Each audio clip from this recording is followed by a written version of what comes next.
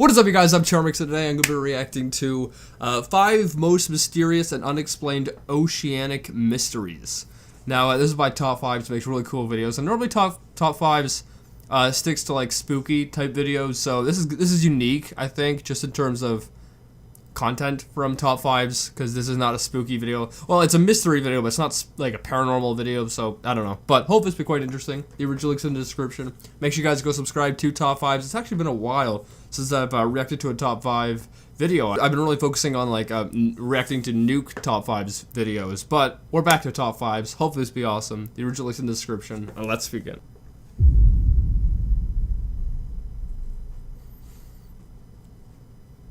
We've all heard of the bloop, the fact the ocean is 95% unexplored, Megalodon, and all the other ocean mysteries that make us Yeah, it's hard to believe the ocean's still 95% unexplored. realize how much of a fascinating place the ocean really is.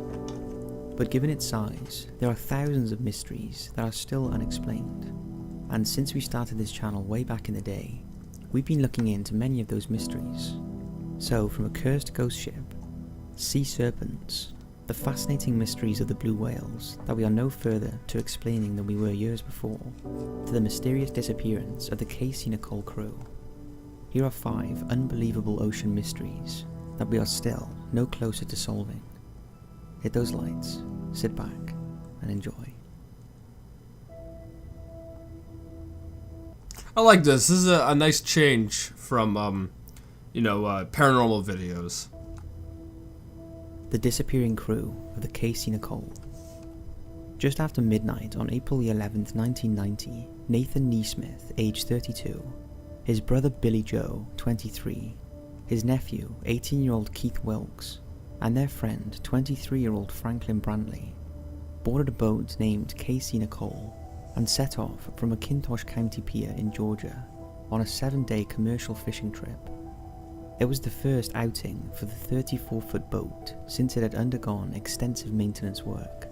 Around 3:30 a.m. the next morning, Nathan was at the helm of the boat steering it towards a reef so they could start fishing, when he realized there was something wrong with the vessel.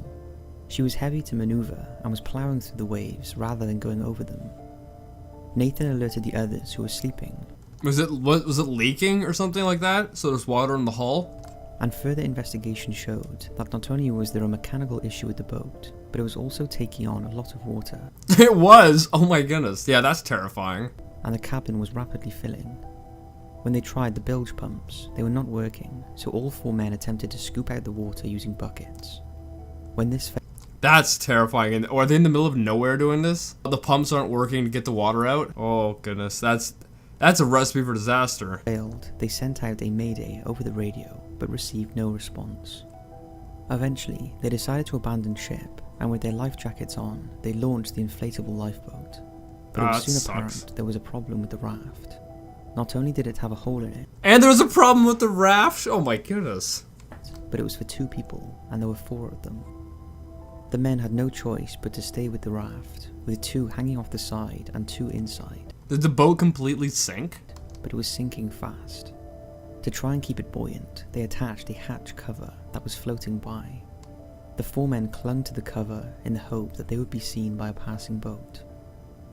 As it got light, they could see the Casey Nicole still half afloat in the distance, so Nathan, despite protests from the others, took the decision to swim to the stricken vessel to see if he could salvage anything and summons help. Now, this is where it gets...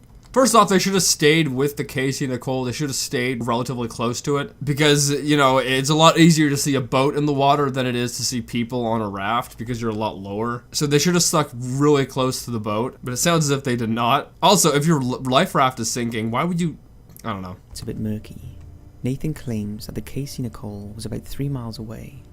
3 miles? And this one person decided to go swim to it? 3 miles? No. And it took him around 7 hours to reach her. You actually reached it. That's impressive, but 7 hours. And when he got there it was dark, so he clung to her hull and waited until the next morning. He then claims he noticed a freighter in the area close to where the other 3 men were. He said the freighter was acting oddly and appeared to be going around in circles, stopping several times. This gave Nathan the impression that it was picking up his brother and the other 2 crew members. However, oddly, they didn't attempt to rescue him. Nathan claims he clung to the Casey Nicole until eventually he spotted a large bait box. He figured it was more stable than the upturned hull, and he clambered into it. He stayed in the box, floating in the ocean for... What does this box look like? Because what does this picture have to do with the box? It looks like another sinking ship.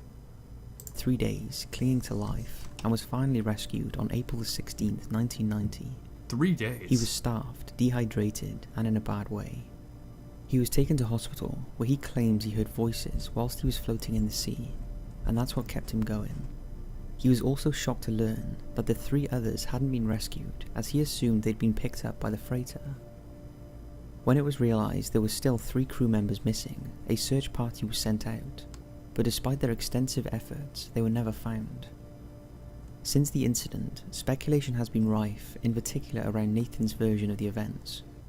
Wait, do people suspect Nathan of like doing something to hurt the people or something like that? And theories about what happened to the missing men are mixed. Some say Nathan's story is suspicious. After all, it does seem strange to abandon the others and swim for over 7 hours to reach a sinking boat hull. Yeah, that doesn't make sense. It really doesn't make sense why that person did that.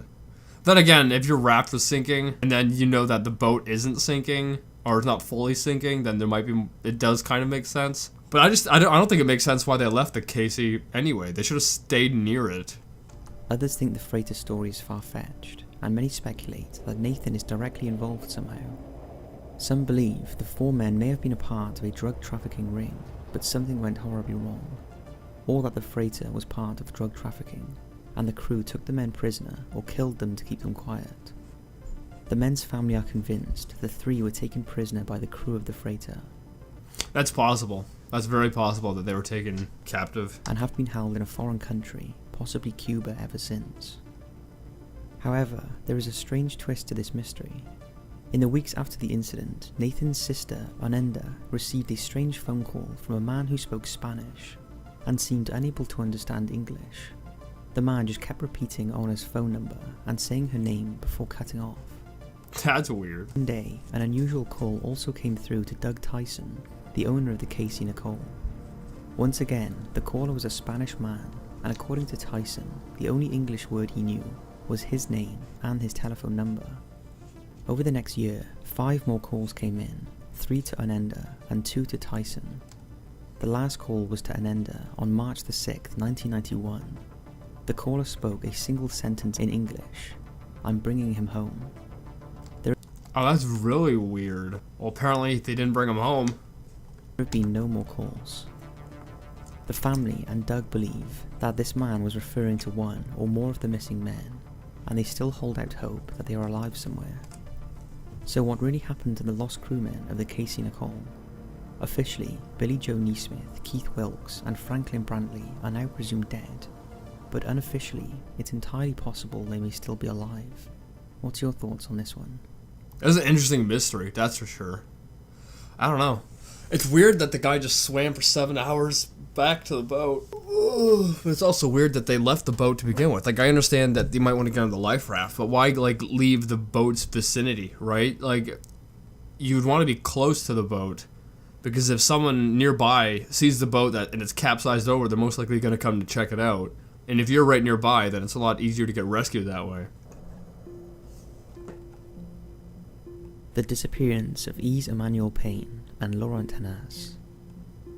On December 22nd, 1991, at around 10 PM, a speeding car was pulled over by Officer Balanga along a highway that led to the local marina in Goose Creek, South Carolina. Inside the car were 3 men, and Balanga asked for their license and registration, but no one responded. After repeating the request, the man in the back seat said something in a foreign language to the driver that prompted him to hand over his papers. After checking the information, the officer told them to be on their way and to drive carefully, but again he received no response. The next day, while reading... Well, it sounds as if they didn't really know English, or at least one person did and the others didn't, because there had to be like a translator. So far it doesn't seem that mysterious or whatever. In the newspaper, Balanga was shocked to see photos of the 2 men he had pulled over the previous night. According to the paper, they were missing French sailors, 37-year-old Yves Oh, that's why they didn't understand. They're French sailors. Emmanuel Payne and 25-year-old Laurent Hanas, who had recently been the focus of an intense search by the United States Coast Guard. The report stated that the two sailors had been hired to deliver a French-made sailboat to its new owners. The vessel was a state-of-the-art catamaran worth nearly $250,000 and was the most sophisticated craft of its kind. It was fitted with high-tech navigational equipment, and its unique structure made it virtually unsinkable and undetectable to radar. The sailors' planned voyage was 2,500 miles from Maryland to the West Indies, but when the vessel failed to arrive as scheduled, the Coast Guard was notified. They searched for over 2 weeks, but there were no sightings of the boat along its sea course. Did the police officer tell the Coast Guard that he pulled them over? Although strangely, the boat had been spotted a number of times, several miles off course, in what is known. Oh, was this wait, so when they got pulled over, was this before they left for their journey? As the Intracoastal Waterway, a protected inland passage that stretches thousands of miles from New England through Florida. It was a complete mystery what the boat was doing there. Further investigations revealed that a third man had also been spotted on the catamaran, and the mysterious third passenger was sighted by at least 5 different witnesses along the waterway. So it could have been the third person in the car that got pulled over, right? This led to speculation that perhaps one or both of the Frenchmen had been involved in stealing the boat. That makes sense. The thing's worth, what, $250,000? How much would they get paid to deliver it? Like, maybe a couple thousand? You know, $250,000, that's a lot more than a couple thousand, so maybe they decide to steal the boat. It's very highly possible. Although their families and friends refused to accept that theory, claiming they would never be involved in anything criminal, and suggested, instead, that the third man could have commandeered the boat and forced the 2 men to sail it. Others suggest that maybe they unintentionally sailed into Cuban waters and are being held in a Cuban prison, although this seems unlikely. Whatever the theories, Yves Emmanuel Payne and Laurent Hanas are still missing, and no sign of them or the catamaran have ever been found. If they were on the water and the catamaran did manage to, like, tip over or something, and then maybe it sunk, and if they were out far from land, the people could have just drowned or something. However, perhaps the biggest mystery of all is what were they doing in a car with an unknown man weeks after they had been reported missing? Oh, this was weeks after? I thought this was like the day before they were reported missing. Oh, weeks after. So maybe they got away with stealing the boat, and now they were just enjoying the money that they made from it or something, you know? Or something like that. Maybe they did get away with whatever they're doing. Because if it was them that got pulled over, then they obviously didn't drown, which means they obviously survived. So it seems kind of like they would do that intentionally. And the fact that they didn't, you know, tell anyone where they were kind of makes me think that they were definitely doing something notorious, or I don't know if that's the right word, but it makes it seem like they intentionally were trying to hide or something like that. Is it possible that they were being held against their will? Was their captor the man in the back of the car that Officer Balanga pulled over? Or could they have fooled anyone and made off with $250,000 worth of a yacht? What do you think? I don't know. It's weird. But why would they be captives? And this is weeks later, right? If they were captives, the guy keeping them captive will not have them in a car with him weeks after. Like, they'd probably be locked up in a basement or something if they were captives, right? Because if it's weeks later, the people would have had many times or opportunities to escape. So I don't think they're held captive. Blue whales. We can't wait to talk about these guys, and we're probably going to do a documentary and some other videos on them because they're so fascinating. You probably won't believe this, but one of the biggest ocean mysteries is the blue whale, and it's remarkable that the largest animal on Earth can be so mysterious. We actually know more about the moon than we do about these. These spectacular giants of the sea inhabit most of the world's major oceans and are the largest animal to ever live on Earth, even larger than dinosaurs. What about the megalodon? Is that the shark? That's a big shark. You know, is a megalodon comparable to this? Do we know? And we have the privilege of sharing the planet with them. Just to give you a quick idea of how huge they are. Alright, I'm gonna skip the whale one. I mean, it wasn't really a mystery or anything, so I'm gonna skip it. I don't think it belongs in here, but I guess they included it to get to 5 most mysterious. Otherwise, it would have just been 4, maybe. Daedalus sea serpent, Oh, now we're talking! The tales of monster sea serpents spotted by delirious sailors during their voyages across the sea. Although in reality, it's likely many of these sightings are the result of overactive imaginations, drunkenness, or hallucinations. However, there was one incident involving the sea serpent that was considerably more credible than the others. I tend to believe that the sea serpents or whatever probably do exist, or have in the past. Maybe not now. But 95% of the ocean is undiscovered, so we don't know what really is in the ocean at all. And 2, the sea serpents or whatever have been reported throughout history, right? So it's not as if just one person has a hallucination, and it's through a long period of time. So obviously, they most likely did exist at some point. Maybe not now, but at some point they probably did exist. It's like the giant squids. It's only recently that we've been able to capture like pictures of them, and they were rumored for a long time. So who knows what else could be in the ocean that it's rumored to exist, but we don't think it exists. But eventually we might end up getting pictures or whatever, or proof of them. It happened in 1848 and was witnessed by the crew of the British naval vessel Daedalus. And for years, the case has remained one of the most famous and puzzling maritime mysteries of all time. On August the 6th, 1848, at around 5 PM, the HMS Daedalus encountered what its captain, P. McQuay, described as an enormous sea serpent that was at least 60 feet long. The sighting occurred in the South Atlantic, around 300 miles from the coast of present-day Namibia. That must be a small ship if that thing is 60 feet long. I mean, how wide is that face? It looks like 200 feet wide from that picture. When the crew returned to shore, McQuay wrote a report and oversaw 3 professional drawings that depicted what he observed. And these were published in the Times newspaper and caused a bit of a controversy. An expert from the diary of another witness, Lieutenant E.A. Drummond, was also published that corroborated the... Is this one of the pictures?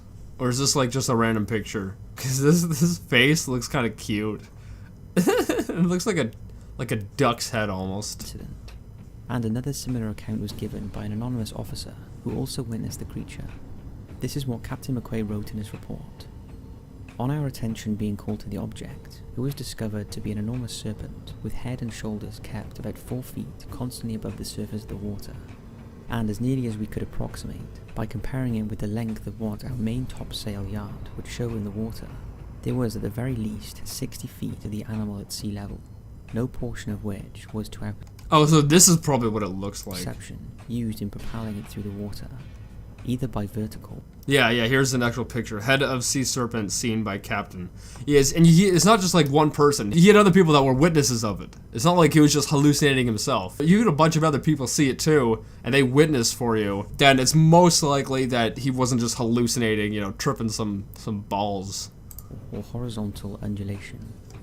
It passed rapidly, but so close under our lee quarter, that had it been a man of my acquaintance, I should easily have recognised his features with the naked eye, and I did not, neither in approaching the ship or after it had passed our wake, deviate in the slightest degree from its course to the SW, which had held on at peace from 12 to 15 miles per hour, apparently on some determined purpose. The diameter of the serpent was about 15 or 16 inches behind the head, which was, without any doubt, that of a snake. And it was never, during the 20 minutes that I continued in sight of our glasses, once below the surface of the water. Its colour dark brown, with yellowish white about the throat. It had no fins, but something like a mane of a horse, or rather a bunch of seaweed washed about its back. It was seen by the quartermaster, the boatswain's mate, and the man at the wheel, in addition to myself and... So the story's corroborated by 3 other people. So I don't think they'd be lying. Especially if it's just like, if they have nothing to gain from it, there's just no reason for them to lie. The officers above mentioned. Suggestions as to the identity of the entity range from a land snake swimming at sea to a surviving plesiosaur. However, it wasn't until 1997. Yeah, it could be like one of these things that survived. I mean, if 95% of the ocean's undiscovered, and we know these things did exist at one point, why can't they exist now when we just not know about them? Especially with so much of the ocean that is undiscovered. That a very different drawing was released by a relative of Lieutenant Drummond. The never-seen-before drawing from his diary showed a slightly less dramatic image of the creature witnessed by the crew, and has provided important clues about what the serpent might be.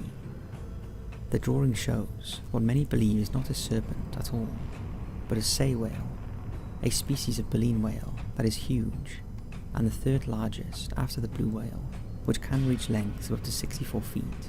It's an I don't think it would be a whale. If you're a sailor, you probably see whales a lot. You would know you would know what a whale looks like. If you're a sailor, you are very familiar with what whales are, what they look like. Even if you see a whale that you don't know the exact type, you would still know, oh, that's still a whale. easy mistake to make, as the sei has a flat triangular upper head and is reptilian in appearance and could easily be mistaken for the head of a snake. But it still looks like a whale. I don't see how you could mistake that as a snake. Especially as a sailor, you would know what whales look like. That doesn't look like a snake, it looks like a whale. If you look at the sei whale feeding at the surface with its mouth open, it does look a little like the drawings. So is it possible this enduring sea serpent mystery is solved? Or is this still an unsolved ocean mystery? The crew of that boat all died thinking they had seen a sea serpent. See, it could be the whale. I don't think it is. I really don't think it is. One, because you had a whole bunch of people agreeing upon what they saw. Two, you're sailors. You would know what a whale looks like. Even a variation of a type of a whale, you'd still be like, oh, that's still a whale. I don't know what type of whale, but that's still a whale. This thing looks like a whale. But what do you think? See, that's an interesting one. I really like that one. But I do not think it's a whale they saw. As I've stated, you're a freaking sailor. You know what a whale looks like. And you have a whole bunch of people corroborating what they saw. I think it's most likely not a whale. The cursed ghost ship of Fiji. The MV Jovita was a luxury yacht constructed in 1931 for movie director Roland West. At the time, the boat was unique. It had a completely Is that a yacht? That doesn't look like a yacht. Looks like a freaking little houseboat. wooden hull and was diesel powered, and was deemed to be unsinkable due to its solid wood construction, which made it extremely As soon as you deem something unsinkable, you know you're in for trouble. buoyant. West eventually sold the vessel in 1936 to a Milton E. Beacon, and after making numerous trips to Mexico, it was acquired by the US Navy in 1941. What? Why would the Navy want... what? This doesn't make any sense. The Navy reconfigured the vessel and transformed it into patrol boat YP-108. Oh. Wanted it to be a patrol boat. That's weird. You think the Navy would just have a certain manufacturer that they would get boats from instead of just buying them like secondhand? That's weird. Its duties during this time mostly consisted of patrolling the island of Hawaii until the end of World War II. After the war ended, the vessel was decommissioned and sold. Over the next few years, the MV Jovita changed hands several times until it ended up with a British-born sailor living in Samoa by the name of Captain Thomas H. Miller, who used it as a fishing charter and passenger boat. Wait, is this what it looks like? Or was the other picture what it looks like? Because this looks a lot more like a ship the Navy would buy. No, but these two look exactly the same. This is like a copy and paste of this ship. I don't know. I don't think these pictures have anything to do with the boat. On October the 3rd, 1955, the MV Jovita embarked on a routine merchant passenger run from the Samoan capital of Apia to the Tokelau Islands. On board were 25 passengers and crew, as well as 4 tons of cargo. That included medical supplies, timber, empty oil drums, and various foodstuffs. Prior to the trip, the ship had various setbacks. So, I want to know what the ship looks like, because I'm really confused. The first picture you showed looks like a little houseboat or something.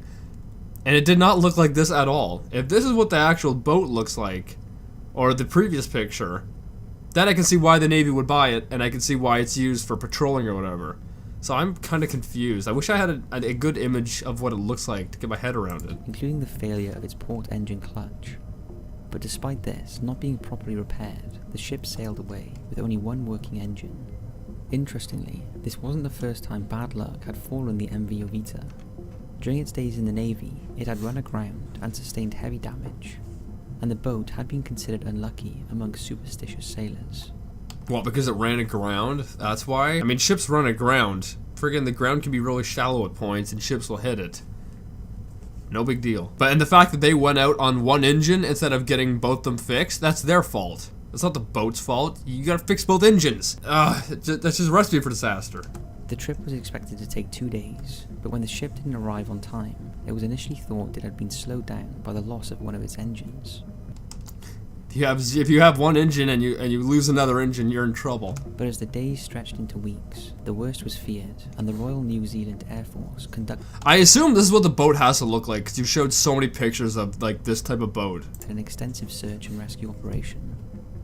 However, despite scouring nearly 100,000 square miles of ocean, not a trace was found of the MV Jovita. Then, almost a month later, on November the 10th, 1955, the captain of merchant vessel Tuvalu This is an actual image of it, 1955, so it could be an actual image of it. spotted the missing Jovita off of the Fiji island of Vanua Levu. The boat was around 600 miles off course. As the Tuvalu approached, it was obvious there was no one aboard. The MV Jovita was floating aimlessly and listing heavily. When investigators boarded the ship, they discovered all the cargo was gone except the oil drums. The ship's 3 lifeboats were also missing, and the vessel was clearly in a bad way, So it sounds like the people abandoned ship at some point. with smashed windows and a hole in its hull that had led to heavy flooding of the lower deck. Exactly, it sounds like they just abandoned ship. But investigators were baffled by some of the things they found.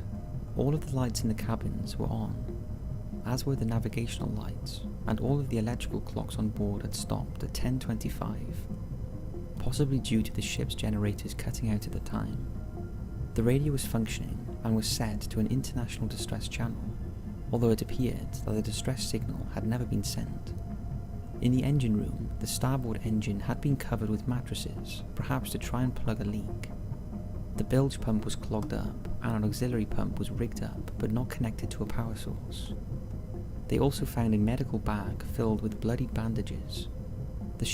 Sounds like things went downhill at some point, and maybe they were off course to a point where they couldn't send an emergency signal or something like that, and then they just decided to abandon ship because the hull was taking in water. Now, if they did decide to abandon ship, the actual lifeboats or boats that they went in could have sunk. If there was like a bad storm and it was really wavy, they could have just sunk and drowned everyone. Ship's logbook and navigational equipment was all missing, as well as several firearms that Captain Miller had kept on board.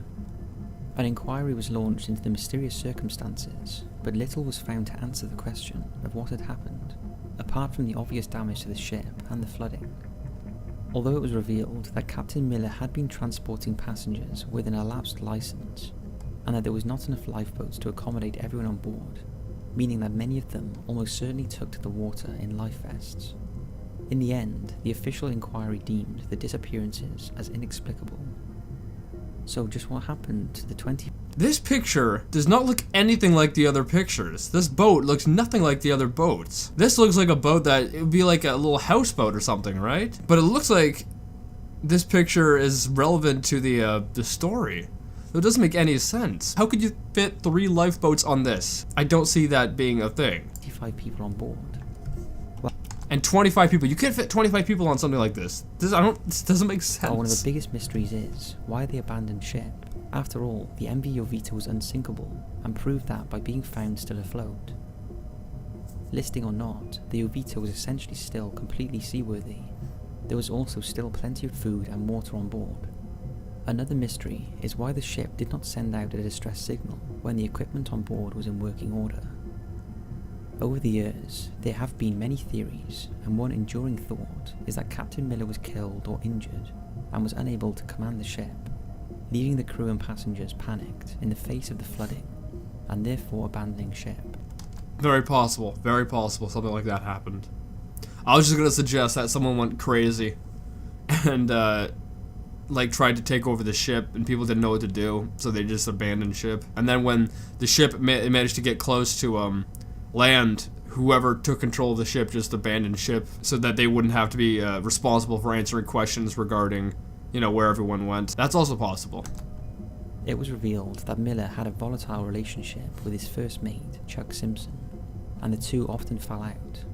They may have come to blows, and Miller was seriously injured or even killed. This may explain the bloody bandages found in the medical kit. Another idea is that the ship was attacked by some outside force, possibly pirates, that caused the crew and passengers to flee the ship in a hurry.